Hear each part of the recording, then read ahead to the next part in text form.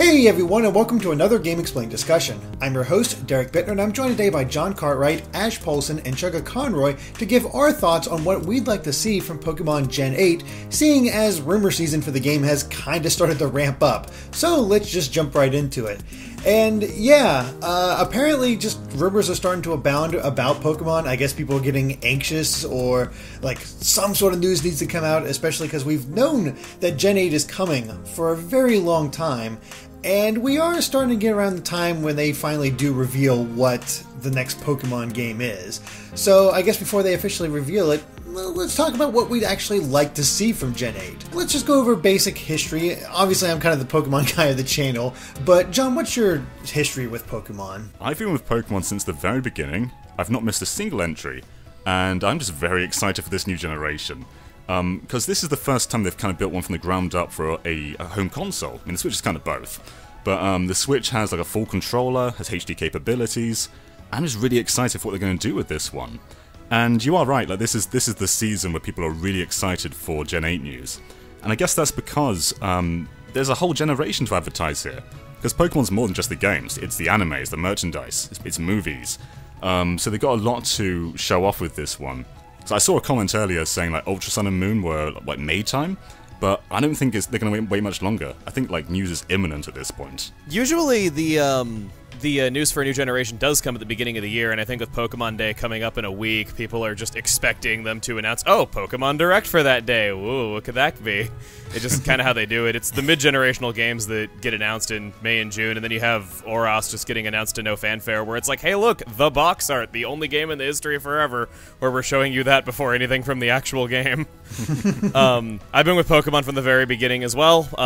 Don't really have to say anything else there. I can just copy down whatever John said, so there you are. But yes, I think it is about time for it, and I think it's something that people should expect any time now. Yeah, I think X and Y got announced around this time. I think it was earlier in January, actually. I think that's right, yeah. Yeah.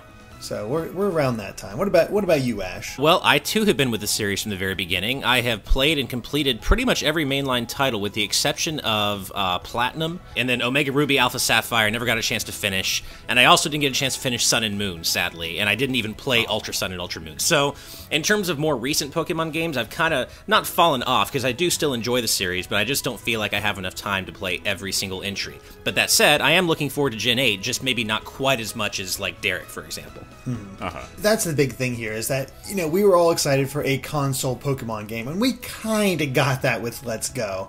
But it wasn't exactly what everybody was envisioning. Gen 8 is definitely what people have been waiting for. And right off the bat, Emil, what do you want most out of a Pokemon Gen 8? Okay, well, I'm personally in, I guess, what I'd call the story slump again, like the way that I felt for a while after Black and White, where Black 2 and White 2 were not really story or character focused, and then X and Y was, again, very simple. Sun and Moon had a lot of focus on the human cast, and I felt like the human cast in that game felt very alive, was very entertaining, and it had a pretty good story as well. But Ultra Sun, Ultra Moon pretty much took everything I liked about the good story and human cast and just threw it away, and was like, oh look, the bad guy was actually trying to save the world the whole time, and oh, all that stuff that they did, yeah, they didn't do any of that themselves, and all those great scenes that are really memorable that made all the characters really good, yeah, we're just gonna get rid of those because they were a waste of time. You're gonna go to Exeggutor Island by yourself, and yeah. I mean, the fight with Ultra Necrozma was cool, but that was like the only memorable story moment in Ultra Sun, Ultra Moon that I can think of, and other than that, the story and human cast was just a complete downgrade and was just a shell of what it once was.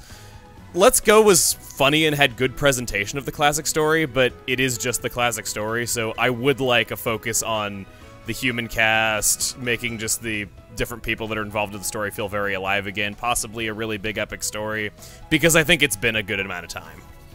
Yeah, I have that written down too, actually. That is one of the main things I want from Gen 8, is a more Gen 5 focused story with actual stakes, not just, go become the Pokemon Master. Yes, I realize Gen 7 had stakes beyond that, but as you said, it just doesn't... Well, I didn't play Ultra Sun, Ultra Moon, but I did hear that the story was an objective downgrade from pretty much everyone I talked to, and, the stakes were there beyond become, the Pokemon Master, but it didn't feel quite as epic as Gen 5, and I really enjoyed that focus, like with In and Getsus. It was cool to have, like, a villain in Getsus who actually felt evil, like really evil, and I want to see that again in Gen 8. Man of my tastes, man of my tastes. The other thing that Sun and Moon, I think, did really well is the integration of the legendary Pokemon. Cosmog was there the entire time. You felt for this little guy and how they were all over them. And of course, they had a connection with Lily and everything. And the revelation that it was the box art legendary, I've never cared about a legendary Pokemon as much as them, probably since Mewtwo when I was a kid. It just was a cool aspect to it, and I'd like to see them do a better job of integrating the legendaries other than just, yep, this is the guy you're going to fight at some point, have before the end of the game. I agree with all you guys, but one thing I think there's like a small line to walk with story. My fiance didn't finish Sun and Moon because she found it a bit too wordy. And I've heard that complaint quite a bit, actually, that Sun and Moon just has it doesn't tell things fast enough, or it at least doesn't tell things as well as it could. So maybe there is a line to walk. Like, yeah, story does need to be a bit more epic and a bit more involved, but especially the beginning portion, it goes a bit slow, perhaps. So I hope that the pacing of the story is also really good. I believe Gen 5, it didn't really feel like it had a slow opening from what I recall, so I do agree with you, John. Gen 7, and that may be one of the reasons I didn't finish, was because it did feel like that maybe the story scenes took a little long to get through, and, by 7 generations in, I'm also kind of just feeling a little Pokemon battle system fatigue. Yeah, there is a interesting balance that they got to find there, because, some people are just there to become the best, or get through the story so they can get to all the actual high-level Pokemon play and all that stuff.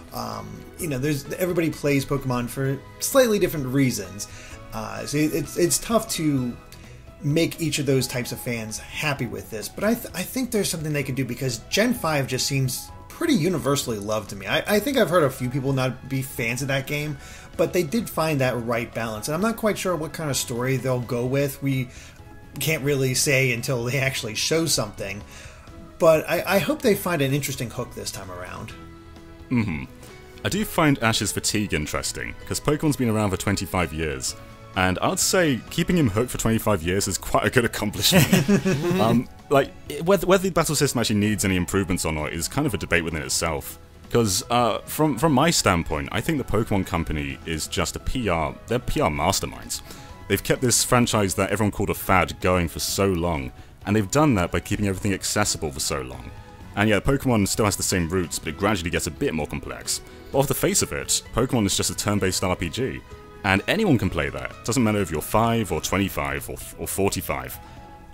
So, in my opinion, Pokemon kind of needs to keep staying the same. Even if it may seem unambitious, but I think that's just what's kept them so successful over the years.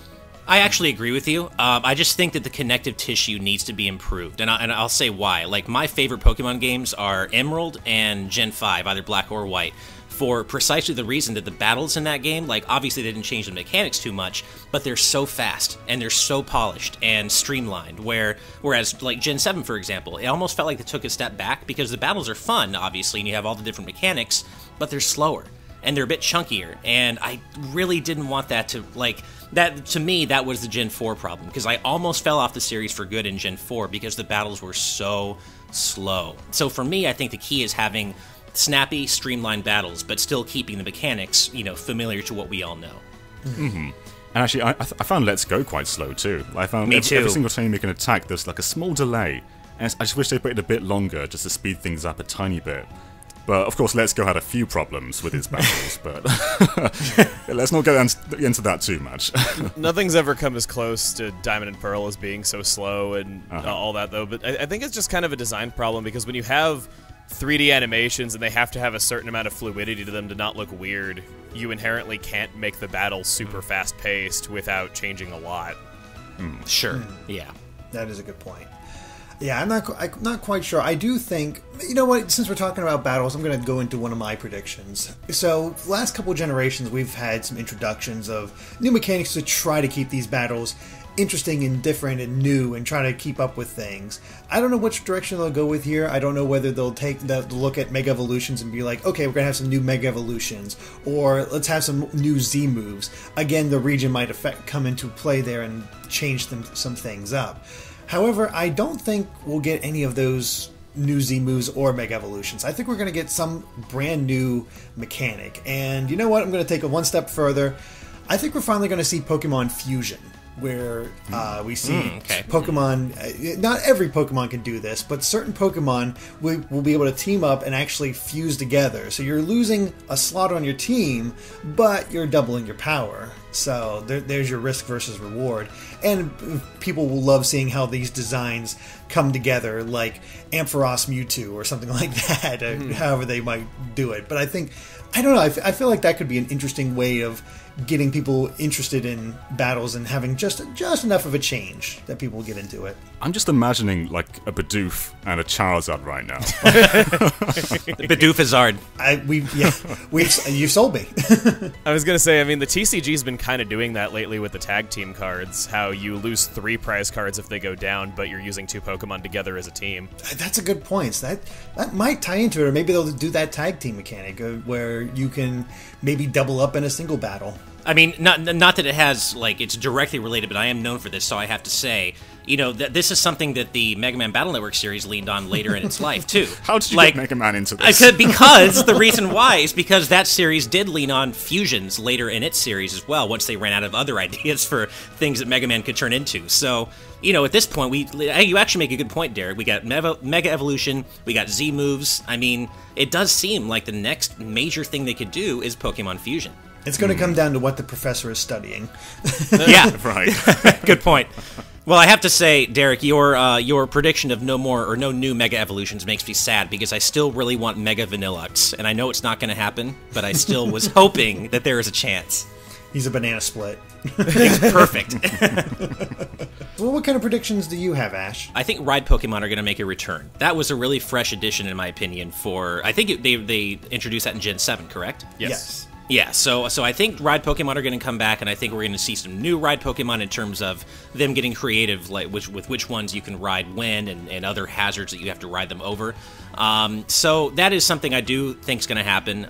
That's really the main prediction I have so far. HMs are definitely not returning. That was proven thanks to Gen 7 and Let's Go.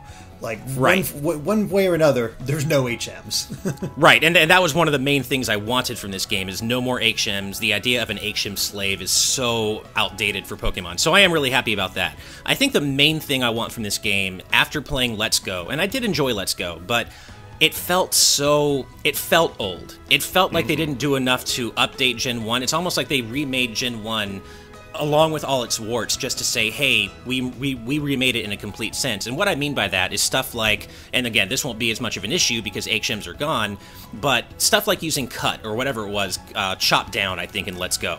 You have to approach the tree, you have to, press A, you get the dialogue box, do you want to use chop down? Well, of course I do. Why would I never want to use it? And then the animation plays, and then you get the message saying, oh, it's been chopped down. I just want to press A. Just let me press A, chop it down, and keep going. So, and it's not just, again, I know we have Ride Pokemon, so that won't be an issue as much, but in general, I want some of the older, more outdated, sluggish aspects of Pokemon's UI to really be overhauled for this game. That's like the main thing I want. It bothered me that time of day or weather never changed in Let's Go. It was always just bright and sunny the entire time. So one thing I want from Gen 8 is just really dynamic weather. Like have seasons, have rain, have snow, just have things change on the fly. In previous Pokemon games, they made the world feel really dynamic, and depending on when you play, it affected how the game was. And that's just something, like, Let's Go just felt so sterile because it didn't have anything like that. So I hope they kind of not just double down on that, but just like really go into it, because it was so exciting in previous games, and Let's Go just felt like really sterile in comparison. I would love to see Seasons return, because they only did it in black and white, and then kind of stepped away from it, and that seemed like such a cool idea to me, to just see how much they could dynamically change each of these locations depending on what time of year it was. So I would like to see weather return. Whether or not it will, I kind of doubt it, honestly. Whether or not it will. Thank you, Emil. I mean, Andre's not here. Someone's got to do it. Yeah. I do have one other prediction, actually. And this is kind of... I think the expectation for this game is for it to be Pokemon's Breath of the Wild moment. And my prediction is that it won't be that at all. I think Pokemon needs to stay really accessible for all kinds of audiences. But I'm not saying it won't be ambitious in any form. The Switch has a full controller. This is the first time you've really had a second analog stick to work with. Because Let's Go just played with one single Joy-Con. And I think they're going to go into like a more traditional sense. So I think the world's going to be further designed around 3D movement, not to like the effect of Breath of the Wild where it's just fully open, but I think they're going to have just like more open routes, more open towns. So it's still going to be ambitious, just not Breath of the Wild ambitious. Right, and I'll actually piggyback off of that and say one of the things I want, but I'm not necessarily predicting because the Pokemon Company loves to stay in their rote patterns, but I really, really want a fully third-person view behind your character. Like, Pokemon Sun and Moon and X and Y dabbled in that, and the moments it did dabble in that were really impressive. It made me really want to see these regions from a, third-person perspective head-on, and so I really hope that Gen 8 adopts that fully. No more overhead view. There's nothing wrong with overhead views, but I want something different from Pokemon after all these years, and I want a fully 3D explorable region. Obviously, like you said, John, not to the degree of Breath of the Wild or anything, but just I want a different, more realistic view of this new region, whatever it ends up being. Yeah. And when you do that, you have to design the world differently too. It's like, imagine Pallet Town from a third-person view. Like, you can see it all from just one shot. Yeah. I get why I didn't do it in Let's Go, but I think this is the time to do it. This is the time to like really go out there and make a big Pokemon world, not a huge open world, but just one that's a bit more ambitious than usual.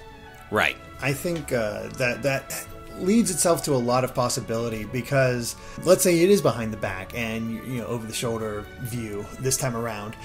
What if they integrate that into battles where you like? Let's say, and this is one of my hopes of the game, Overworld monsters return, because that is the one big thing about Let's Go that I really loved. Like, I didn't think I would like it as much, but being able to just pick out, yes, that Pokemon, I want to fight that one. And maybe you run into it, and then it just seamlessly transitions to your trainer pulling out the Pokeball, tossing it out, and the battle just takes place right there. And I'm not sure how they would fully achieve that. They'd have to definitely widen the routes and all that stuff, but I think it'd be really cool to just, rather than like there, it's just like pull out the Pokeball, toss it out, battles happening right here, right now. Well, that's what we were saying about speeding up battles. That would be perfect for that, because there's no transition, there's no just changing styles, you're just straight into it. I'd love that, Derek. Like that's how you speed up Pokemon. What do you think, Emil? What kind of changes would you like to see to perspective and the world building and all that stuff? Man, this series, it just has no player base, and they're just never gonna make it unless they make Breath of the Wild with Pokémon's battle system, and they make it an MMO at the same time. Mm-hmm. Exactly. I don't know why they even bother. Yeah, I know. Like, so lazy. Game Freak is so lazy. They don't cater to what their core audience wants. Okay, no. I can't even do this in jest. So, I would be a big fan of being able to see things over the shoulder and, behind the character, having a change in perspective and bigger, more open environments. I think that'd be good. I'm a big fan of streamlining the UI, because it is a little bit archaic at this point, just how long it takes to do certain things. I would like to see, this is going to be slightly controversial, I'd like to see a lot of ideas from Let's Go. I like the field encounters like Derek was saying. I kind of like the idea of Pokemon being different sizes, not just having one height and weight. I kind of wish that they would maybe have like a different range for that and they could actually play with it where maybe my Venonat in battle would be displayed as bigger than your Venonat in battle. I don't think in Let's Go they actually display them larger, but I'd like to see that happen, and I think it would give them a lot more personality. Even if it didn't impact stats, I just think it would add a lot more to it. I'm a fan of Pokemon Me and Pokemon Refresh. I'd kind of like to see something like that happen. Maybe not as overpowered as it is, though, but just kind of the option to care for Pokemon as pets if you want. I actually had that. I really enjoyed Pokemon Me and X and Y, and to a lesser degree, the Pokemon Refresh in I think it was Gen 7. I liked Refresh better because you could access it immediately after a fight without having to go into a separate menu and wait through a load time and all that, so... That's a great point. I think just in general, I like the idea of that kind of pet-like aspect of building a personal bond with your Pokemon, and they could do so much with HD Rumble in terms of petting and other things. Oh, totally, yeah. I hadn't thought of just seamlessly transitioning into battle and having it be all one thing, all the Chrono Trigger. That would be really cool if they could pull that off, but I know that that's tough to do with how many things you'd have to have in memory at the same time, but maybe they could pull it off somehow with the hardware being the way it is. I love your idea about different sized Pokemon, because in Let's Go, like you see a Caterpie and it goes, "It's huge," and you go, "Is it?" Yeah, it's just like this that's what I'm thinking. Is tiny little thing. I'd love that to happen. If they had variants in how big the models could be, and it wasn't just a Pumpkaboo thing, I think that could add a lot of personality to making your Pokemon very much yours. This is also something that I never see brought up, and it's one of the nicest touches for making your Pokemon feel like yours that I've ever seen. I wish they would do the thing in Pokemon Stadium where your Pokemon were slightly different colors. That would be really cool, yeah. Where shinies could still be distinct because of the sparkles, and they would have wildly different color schemes, but I don't know, maybe my Voltorb could be a deeper shade of crimson, yours could be a little bit more on the pinkish side, for instance. That'd be kind of cool, just to see Yeah. the slight color variations and just, again, personalize your Pokemon. I like this idea where it's like, yeah, you caught this Pokemon, but it's not the only kind of this type. There's variations, and my Pokemon might be very different from your Pokemon. I think that would help incentivize trading as well. Because, like, I love the color of your Voltorb. Can I trade it for this? It's like, it would just add a bit more flair to the whole trading thing. Everyone has different tastes as well, where you might not like a pink Voltorb, but somebody else would love it. No, that's a cool idea. One thing I did like in Let's Go about making Pokemon feel like your own is you can name them at any point in that game. Like, right from the beginning, you can go into your party and just give them any name you want. Whereas that used to be a bit more of a hassle in previous Pokemon games. I think that's something we kind of took for granted in Let's Go. That was a really good addition, though, because speaking as somebody who makes videos on Pokemon and likes having viewer input on what Pokemon should be named, it's always terrible when I can't announce the results of what something should be named until we have like 5 badges. Yeah, that's pretty unfortunate, and I do wonder, do you think one of the other big changes that Let's Go offered is having the PC box right with you at all time? You can swap out your Pokemon at any point. Do you think that's something that should stick around for Gen 8, or should they keep it traditional? I personally hope it doesn't return. It wasn't bad. Like, at no point did I cheat the system. I never like walked into a cave and just changed my party up. But I feel like you can do that though, and it kind of takes away the whole challenge, because instead of having the risk of your Pokemon, like your party, just going all out and fainting, you can just change them. And that just kind of makes the whole challenge of Pokemon just kind of disappear. But then again, as I said, I never really did that in Let's Go, so maybe it isn't a problem. I suppose. Well, what do you guys think about this? I wonder if there's a way to maybe strike a middle ground, because I'm always for convenience in games. The more convenient something can be, the more I am for it. However, I understand what you're saying, John. That could potentially make it a little too easy, being able to access your box whenever you want. So I wonder if they could maybe put like a cooldown on it, like you can't access your box unless you're obviously at a terminal in a town or something. You can do whatever you want, but maybe in a dungeon or something, you can only access your box once every 15 minutes or once every X amount of minutes, just to maybe cut down on that potential, making it too easy. But I do really like the idea, and I did enjoy having my box with me at all times. Like, it was really convenient, and I gotta say, I'm a big fan of that convenience. I'm gonna disagree with putting certain limitations on it, such as time, because I feel Sure. like that just takes a simple mechanic and makes it overly complicated when there's not really any good reason for it, when Totally. you could just not use it if you want to see if you can get through the dungeon with whatever you brought in. Yeah, no, that's a perfectly good point. I mean, and I don't know if there is a way they could regulate it, but I have to say I do really enjoy that convenient aspect of having your box with you at all times.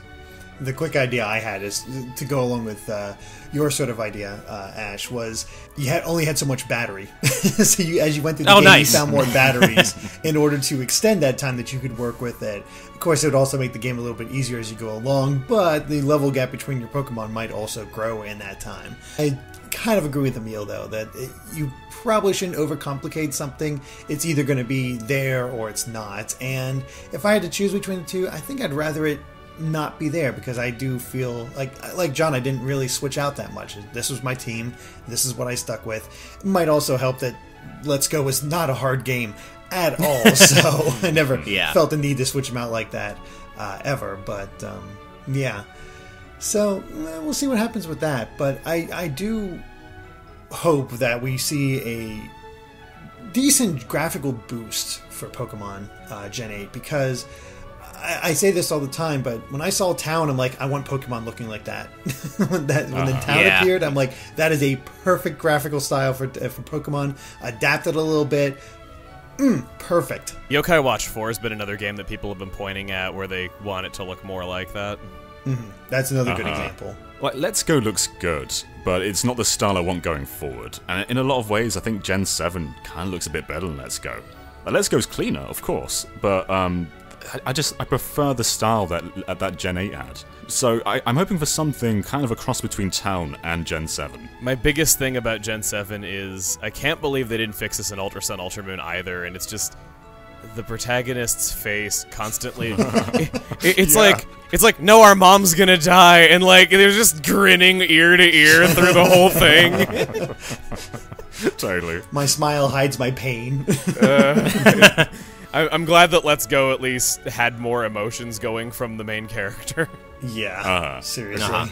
You know, one thing I would like to see, we were touching on how easy Let's Go was, and one thing I'd like to see is a either selectable or adjustable difficulty level. Maybe even only 2 options where you have your normal, which is always as easy as it's always been, but then maybe something more advanced like where the enemy Pokemon scale with your levels, so you can't get 20 levels above your, above the gym trainer you're about to fight. Like, if they, like Final Fantasy VIII style, like if the enemies always scale up with you, then things will never get too easy, but you still have the freedom to raise your Pokemon however you need to succeed.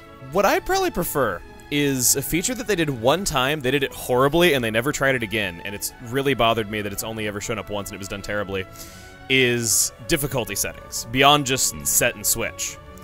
In Black 2 and White 2, I guess I'll just go through this though because it's a fairly obscure feature.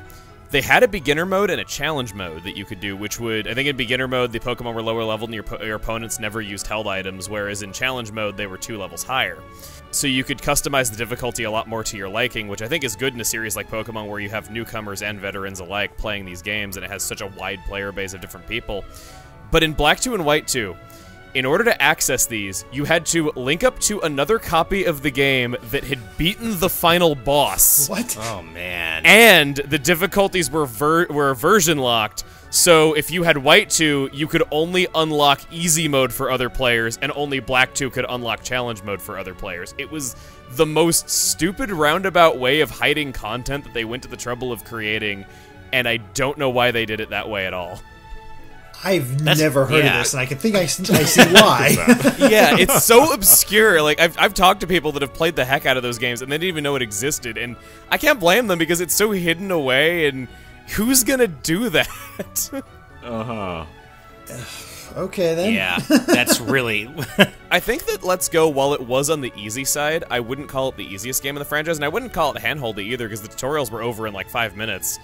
Which is really contrary to how they marketed that game, but I think they got the tutorials right in Let's Go. It should have that game should have had an unskippable tutorial that was only 5 minutes long because it did have a lot of new stuff going into the gameplay. It was over quickly and it just got you into the game right away. So I think they have the tutorial balance right. I'd like to see difficulty balance as a new thing. I don't want to see the return of moves like Buzzy Buzz and Die Die, whatever they're called. No, Batty Bad. They're just so overpowered, and like you can get your Eevee learning just a huge variety of moves, like different types that they shouldn't know. They can just take down any situation. I don't want those to come back. I feel like that's just a Let's Go thing, though. But for all I know, maybe they will incorporate them. I highly doubt it, because they made it a point to not make those moves something that Eevee could naturally learn. It was just the big thing they changed up with Pikachu and Eevee's moveset is that they naturally learned Double Kick to help them out against fighting Pokemon, which might have been changed before. I can't remember. I don't use them too often. So Pikachu could have Double Kick in Yellow. I know that much. Okay. Yeah, I typically go for the new Pokemon whenever I play a new generation, so don't always go back to the old ones. But yeah, I don't see them being part of the new moveset, which, that's good. That is definitely good. I will say that beyond the design of the world, I do hope we have a less linear overworld. Like, I love Black and White, but boy, is that a point for point, just go here, go here, go here. There's no thought process. And Kanto's a little bit better about that. You still have it's still pretty linear, same with most Pokemon games, but you still felt like you couldn't quite predict where you were going next because of what was being set up. So I think I wanted to have fun with that again. It's like, okay, you think you're going to go here? Nope, this is blocking it, and you got to go all the way up here, take care of that, and then we'll circle back around and come to it. Well, badges 4, 5, and 6 in Kanto can be done in any order, and badge 7 only hinges on the soul badge. So, like, that part of the game is very open, and you can do a lot of objectives in any order you wish. You could go take care of Pokemon Tower first, or do it last. Stuff like that. I think that's... that way everybody has their own little unique idea about which way they should go, how they should go about it, and what Pokemon you can find. The last time I could think of them, like, really letting you do gyms out of order, other than just, hey, you can skip this gym for later if you know how, the only time where they've made it, like, really accessible that I can think of is Johto, where you can go fight Chuck, or you can fight Price as your 5th gym battle. But that's the last time that I can really think of where it was done. Maybe I'm mistaken. I know you can skip Brawly and Ruby and Sapphire, but I don't really count that as the same thing because Watson is so far away. Yeah. And it's still clearly a linear progression order. Yep, definitely. So I don't know what they'll do with that, and maybe it'll be a lot trickier because if they do go for the behind the back camera look, but we'll see what they go with. But I do want to have at least a little less linearity with the game. I can respect that. I think Let's Go's Online was a masterclass in game design. It's to this day, it's the best online system anyone has ever done. There's like 8 Pokemon you could choose between, and you had to like make a code out of them, and you had like 4 digits, so there's a potential that you couldn't be matched with the person you're trying to match with. It was tremendous. So I want that to return. Totally. Yeah, I'm being sarcastic. I think it's based on like Pokemon Go forming local groups and how you'll have like the code be Bulbasaur, Charmander, Snorlax, but I mean, that's probably the idea, but I've also heard about people putting in the code and then like, hey, I'm fighting this guy I didn't really intend to because we happen to have the same code, so... Yeah. But then again, Pokemon's Online has been kind of all over the place for a while, because Gen 7 setup wasn't my favorite. The thing that I want done away with is the whole thing of, oh, I have to create room, but you can't be in when I create it, and you have to select the other option and all that. Yeah. I guess on the other side of that, I will say that in Pokemon X and Y, I did enjoy kind of the ubiquitous online features such that you could just send O-powers to strangers. Like, you could just help out a stranger whenever you wanted, and occasionally that would happen to you, and maybe the powers were a little OP, maybe they could use some balancing, but I did like the idea of just being able... yeah. I just like the idea of being able to help out a stranger just whenever you want. Like, you tap the touchscreen, obviously not quite the same experience on Switch, but, you know, you can take a few seconds, send a power to a stranger, and be on your way, and I always like that aspect. It was a cool feature, though, but without the system having always-on wireless, I just don't see that being a thing. Right, right. I'll be honest, I don't expect the online to be that much better. Yeah, probably not. Neither. Well, since we're on the subject of negative predictions, I'm going to predict that whatever new team they come up with for Gen 8, it's just a foregone conclusion. They're not going to be anywhere near as good as Team Skull, because how do you possibly follow up Team Skull? It's just going to be a downgrade. You can't help it. I mean, when you really stop and think about Team Skull, they are great character-wise, they're really funny, and they have so many good, memorable moments, but they really do just exist to cause trouble. They're not really super deep or anything. You're totally right. Yeah, they're not actually that evil, like, you know, like Team Aqua and Magma. Yeah, they really aren't trying to do much of anything all that bad. They're just petty thieves, really, and just out there to cause trouble for, like, new and upcoming trainers, so...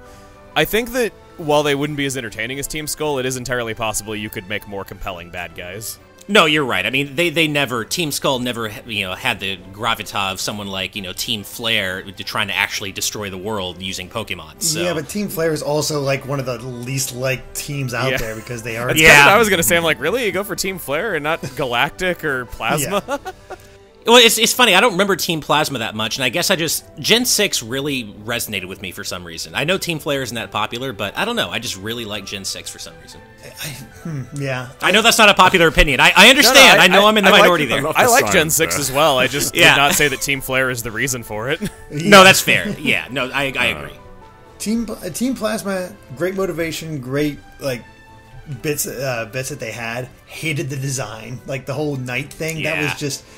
Why that for the American-based Pokemon Gen? Like, I don't know. Just Are you talking about Plasma? Because Plasma was the one that was Medieval Knights, and that was America. Gen 6 is Kalos, where it was France. Yeah. No, that's what I meant. I was talking about Plasma. Where you like the Plasma character, you just don't like the design of the characters.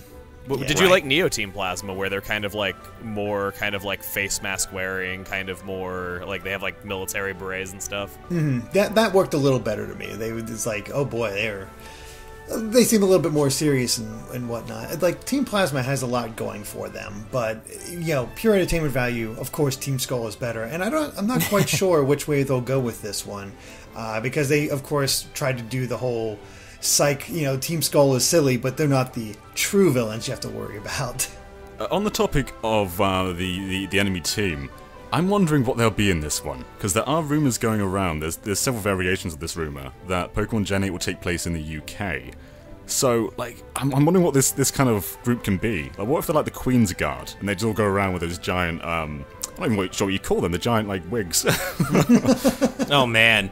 A big theory about, like, lore and possibly villains would be, how people are thinking if we get a UK Pokemon region, it'll be revealed as the region that Kalos went to war with. Oh, interesting.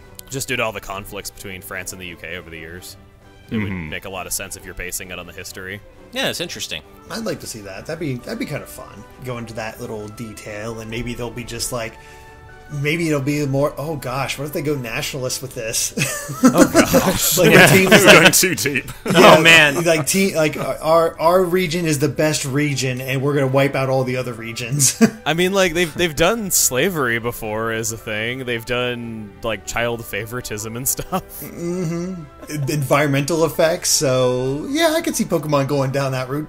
Child-friendly nationalism, and my we're God. fighting Oh, man. that. Holy Let's crap! just stop before we get in more into this. I wonder if Brexit's a thing in this version of the UK.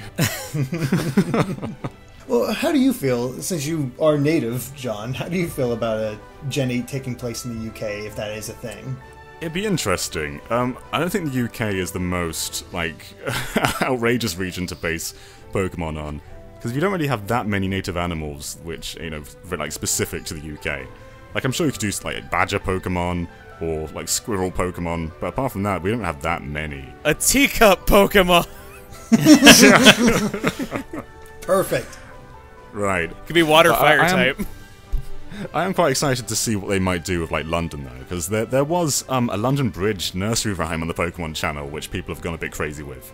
But it shows, like, London monuments, like Big Ben and the London Eye and things like that. And I can imagine them, like, Pokemonifying them. And it would be interesting.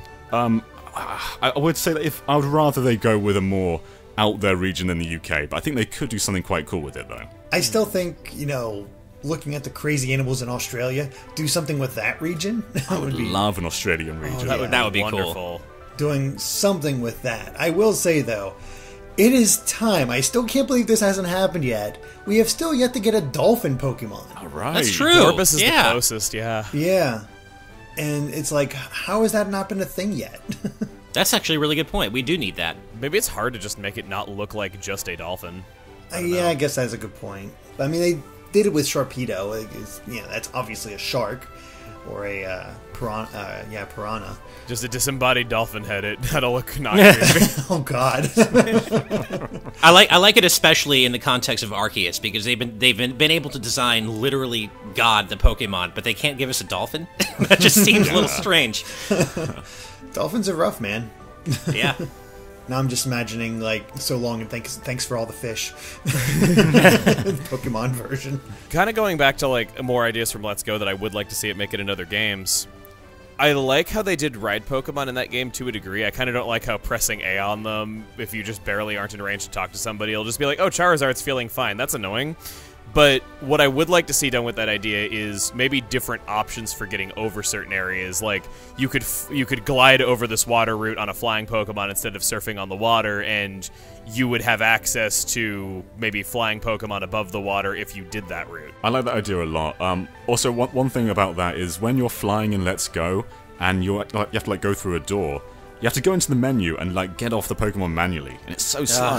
And there's I wish so you many could just, buttons like, they press a could have button. set it to, yeah, but they just don't. I don't know about going through a route twice, but yeah, you could either surf through the route or fly through it, and you have like Pokemon flying in the air plus flying trainers. It would give your team a lot more personalization because depending on the Pokemon you have, you just might not be capable of doing it a certain way, but you have your own way, and it would change the experience. It would also be cool if they got a bit more vertical with their design. Like, let's say you finally get a flying Pokemon, and then you can go to like entirely optional places. Like, you'll find little islands in the sky or something, or you'll go up this hill that you couldn't like access before, and you just access these places that you couldn't usually get to. Omega Ruby Alpha Sapphire kind of did that with Soaring, where you could freely fly around the region and there were hidden uncharted islands that you could find. That's and right, yeah. There were also areas in the sky that were different, though, so that's not a completely foreign concept that they could do. I'd be completely down for Soaring Yeah. to return, because that was a lot of fun. It was. That was something that was like every kid's dream, was actually flying around on their flying Pokemon atop the region and being able to just go where they wanted. And I guess this is a tiny thing, just really quick. Something that I've been wanting for a long time is I want the first gym to be Dragon type. I know that sounds really weird as a personal wish, but my reasoning for it is that the baby dragons never get any spotlight, and those are a lot of people's favorite Pokemon. People love Dratini, they love Goomy. I see a lot of people like Gibble as well. I think you could do things with the baby dragons to show off what they're capable of and the moves they have at those low levels, because who knows that information unless you've done a challenge run. And then there's the fact that Dragon resists all the main starter types, and they never give us early game ice types. I think the only time they ever did was Delibird and Jinx and Ultra Sun, Ultra Moon. And I'd also like to see maybe in like early game ice type families that you could raise from the beginning. You know, I like that idea, and actually that makes me think about how nice it would be if for once your story began in a polar region. Obviously the whole game couldn't be that because it would get a little samey, but it might be cool if your hometown was like in this northern polar region and you had to go, like you start off in an icy environment and you have to go explore other things, but usually you don't get icy environments until later on in Pokemon games. Well, the crazy thing is that Sinnoh was a northern snowy region, and in Platinum, your hometown had like snow on the ground. Yet, all the wild Pokemon were still grass and normal types, and it wasn't really explored any beyond that. Okay. I love that idea, Chugga. But one thing you said there was you kind of assumed that we're going to have gyms. Do you think they're going to return to island trials, or are gyms just the mainstay? It's possible they could return to it. I'm mainly just saying gym is a catch-all thing. I was a big fan of how they did away with the formula for a game, so we got to see what a Pokemon game could be like. I don't really know, though. There's not really any evidence one way or the other. I'd like to see a combination of the two. Like, I like the structure of gyms. I think gyms felt a little bit more satisfying in order to get through, because the island challenges tended to be pretty easy, but I feel like it should be something like fight through a few trainers while also doing this special task and then fighting the gym leader at the end. Yeah, I feel like the point of island trials were to be less formulaic, but they ended up feeling maybe even more formulaic. 'Cause, you expect every island to have a trial, and even though they are all kind of different from each other, I don't know, I got a bit fatigued on them. I prefer the gym formula, honestly. Look at the fire trial. You know, do an easy, like, spot the difference, do a few Pokemon matches, and then boom, you're done. It's right. not really a lot of thought going into that one. I'm going to hurt you. I failed that 5 times. How? Okay. So when it did the what was the difference thing and the hiker showed up, I went, oh crap, the hiker's covering up part of the picture. I can't see the difference in the Salandits. I have to like be paying more attention. So I instinctively guessed that the Salandit that was behind the hiker, like Salandit number 3, was the difference. And then, or sorry, the Marowaks. And I got it wrong. So then I had to fight against a wild Pokemon, and then I got another chance. And I'm like, okay, well, if it wasn't the one that was being almost completely hidden by the hiker, maybe it was the one partially hidden, like maybe his foot's different, and that's what I was supposed to be paying attention to. So I guess that one. And I went, okay, maybe it's the third one that's not covered at all. I don't see any difference there, but I'll try it. Got it wrong again. And then I went, I did select the one that was hidden by the hiker, right? So I selected it again, got it wrong. And so then good. On the 5th try, I noticed that the hiker was an option. Wow. I'm so sorry. I am an idiot. But I actually failed that 4 times, and it got it on my 5th try. I mean, That's I can't say that you had no thought going into that. You just had too I was much overthinking. Yeah. Yeah. Wow. I just didn't notice that the hiker was the last option because I wasn't paying that close of attention to it, and it was just... I was overcomplicating it. Nice. But yeah, I do think a balance between trials and gyms would be probably the best option, because I like the little bit of variety that trials offered, but I did find that the gym battles were more entertaining. What about something like the Orange Islands in the anime, where you have to do some kind of challenge, like winning a race, and then you earn the right to challenge the gym leader? Yeah, that's a good idea. Something along those lines. That would be kind of perfect. Like some sort of mini game featuring your Pokemon. If we could get Tauros racing as a gym mechanic, oh, I'd love that so much. That would be cool. Have a race where it's all different Pokemon, like that one episode of the anime where the guy's like running on top of the electrode. Yeah, you could do all sorts of things, like maybe do ride Pokemon, maybe have it so you have to like have the Tauros ride pager, and the gym is a racetrack where you have to race against the gym leader to earn the right to challenge them. That would be really cool if they could do stuff like that. There is a lot of possibilities here, and it's going to be interesting to see what they change, what they don't, and exactly how they push Gen 8 forward. I don't know. I'm excited for it. I think we're in for something good. I have no basis for this whatsoever, but I think we're in for something good. Just don't expect Breath of the Wild with Pokemon's battle system. Exactly. Right. My dreams. There are two minor elements that Let's Go introduced that we haven't discussed yet in the context of Gen 8, and that is co-op as well as Pokeball Plus support. How do we feel about those going forward into Gen 8? I don't want either. I kind of feel the same way. I didn't mind co-op. It does kind of break the game because the difficulty's not balanced around it, but it's still kind of fun to play with a friend. But I do like how they kept it kind of restrictive. Like, there's no online integration. You can just kind of like grab another Joy-Con if you want to, but the game's not designed around it. My biggest issue was that the second player had nothing to do. They were there to help you catch Pokemon in battle. They couldn't do anything else. They couldn't pick up items. They couldn't talk to people. It felt so restrictive, and I just was like... And then they get dragged along as player 1 was going through there, so you literally had to do nothing as player 2. I did have one good co-op moment. Like, I was doing that video where you can find wild legendary Pokemon, and I found a Moltres. And I only had Pokeballs left, like no Ultra Balls, no Great Balls, no Master Ball. So I spent like 50 Pokeballs on it, and I could not catch this thing. So I called my fiancée into the room, because I just remembered this game has co-op. And then she picked up the other Joy-Con, and we just catched it together. Like, we threw it at the same time, and caught it on our first try. And that was a really good moment. But it's also not a common moment. Like, that's the one moment I felt was really good. But otherwise, yeah, I agree with you. Co-op is just kind of there.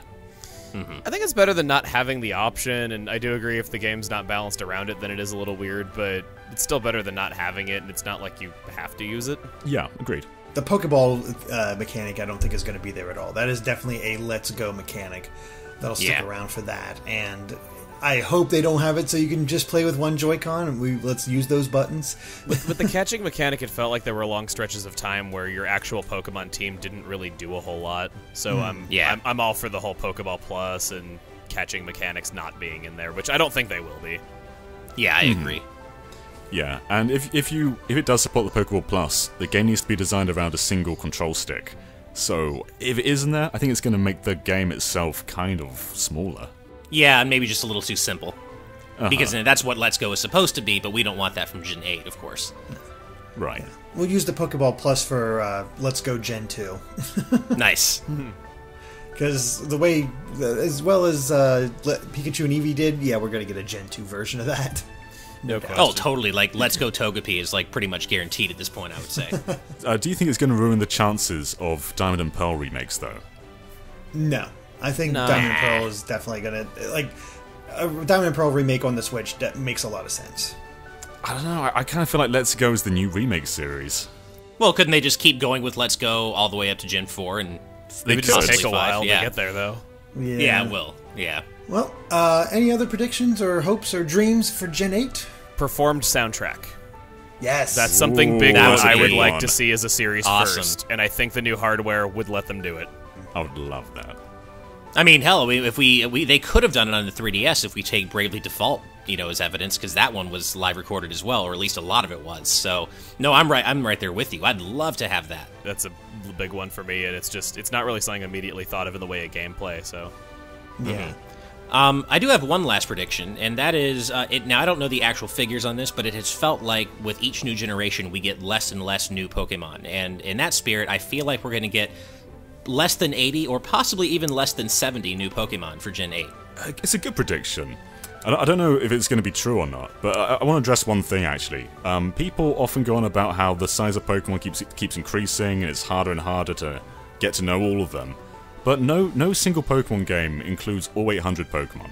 Every single one just kind of has a set amount, and you can't catch every single one unless you're trading between games.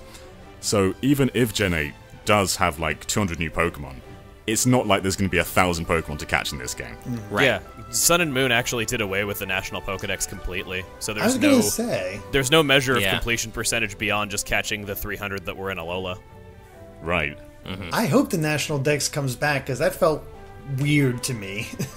I mean, do you really go check the Pokedex entries of stuff that you transfer in? Kinda. I mean, sometimes you see some interesting things, but you're right. You don't really do that. I also don't really bother transferring over all the time. Like, I don't have a living Dex, for example. So. Well, on the topic of transferring, this is kind of a safe bet, but I think Pokemon Bank's going to return. Oh, yeah. The reason it didn't in Let's Go is because Pokemon kind of handled a bit differently in that game. but I think without a doubt we're going to have Pokemon Bank support. Yeah, but I guess that might be a good incentive to bring back the full Pokedex, because then you can just kind of transfer over all your Pokemon from all your 3DS games. But at the same time, that might even be quite a long process, like doing one by one every single Pokemon. Pokemon Bank is totally going to be there, though. Yeah, I agree. They're going to need some way to transfer it from system to system. Cool. Well, I think I don't think I have any other predictions or hopes or anything like that. Mainly, I just want to see it. We're probably going to get the starters right off the bat, and maybe the legendaries, and then we'll get our names, and that's probably going to be the start to it. I don't expect nothing too major as far as our initial announcement. If we don't get a lot of new Pokemon though, every time that they've ever given us like 70 new Pokemon, they had something to make up for it, like Mega Evolutions or Alolan forms. So we might see some kind of new variation on existing Pokemon like that. Yeah. My Pokemon fusions. Yeah, you're not wrong. Another interesting point, actually, is Gen 7 didn't stop at the initial batch of Pokemon. They kept adding more and more over the generation. And in an era where games get updated more regularly, I do wonder if we're just going to keep getting more and more as the generation goes on. You've awakened a beast within me. Please! Stop putting the DLC Pokemon on the cartridge day one and unlocking it a year later. Yeah. It's so frustrating that like Nintendo's all like, tomorrow we're announcing a new Pokemon, and every comment is like, it's Diancie. And then they announce it, they're like, look guys, Diancie, a totally new Pokemon. Everyone's like, yeah, we've known about that for a year. Yeah. And then they're like, haha, Nintendo should change their icon to a Slowpoke because we've known about that forever. And then like they'll be like, ooh, look, an exciting new Pokemon Hoopa. It has this weird different form. I wonder how it changes. Every comment, a bottle. It's so annoying that they put it in there, and in 1 second of the game being released, all the Pokemon are online. And there's no surprises. And you could have patched the game all this time. If you have the argument of multiplayer being incompatible, the 3DS could update other people's systems from one player's copy of the game like Super Smash Bros. Did. So there's no reason to not have it be DLC, and then if someone's not up to date and you want to play with them, that they can't just update from your system. I think they're getting better at data mines. Like they've removed the Super Nintendo games from the online service, they've removed all those Super Smash Bros. Data mines, but they were still there. So the Sun and Moon demo leaked the entire anything. Alola Pokedex because they didn't scrub it. Yep, I remember that. Yeah. That was really crappy. That was terrible. So please do not put all the content you intend to release throughout the generation on the cartridge. Yeah, that'd be nice. Yeah, it's a great point. Yeah. Oh gosh. Sorry, it's something I feel very strongly about. Oh no, I agree with you. It'd be nice to have actual surprises. Like I think Meltan was the first time we've legit been surprised about a new Pokemon. And people thought Meltan was like Niantic screwing up and leaking something. No one thought that it was a clever way to reveal a new Pokemon. Everyone thought it was a leak. Yeah. Well, it's because we're not used to it. We're used to being able to find this out way ahead of time. So. Alright, well, I think that covers it for our Pokemon Gen 8 predictions and hopes discussion, so thank you for watching, and if you liked this video, be sure to like us on Facebook and Twitter at GameXplain. And, Emil, where can they find you at? My online moniker is Chuggaaconroy. I'm on Twitter, Facebook, and YouTube. I make Let's Play videos, currently making videos on Phantom Hourglass. Very cool. Love you, John. No comment. Yeah. You guys don't know this, but they're going to have a fight after this video, so bye. Hey, as long as you do Spirit Tracks after, that's fair. Like, as long as you're equal to them both, I mean, I can let you get away with it. And, of course, be sure to subscribe to GameXplain for more on Pokemon and other things gaming as well. Until next time, bye.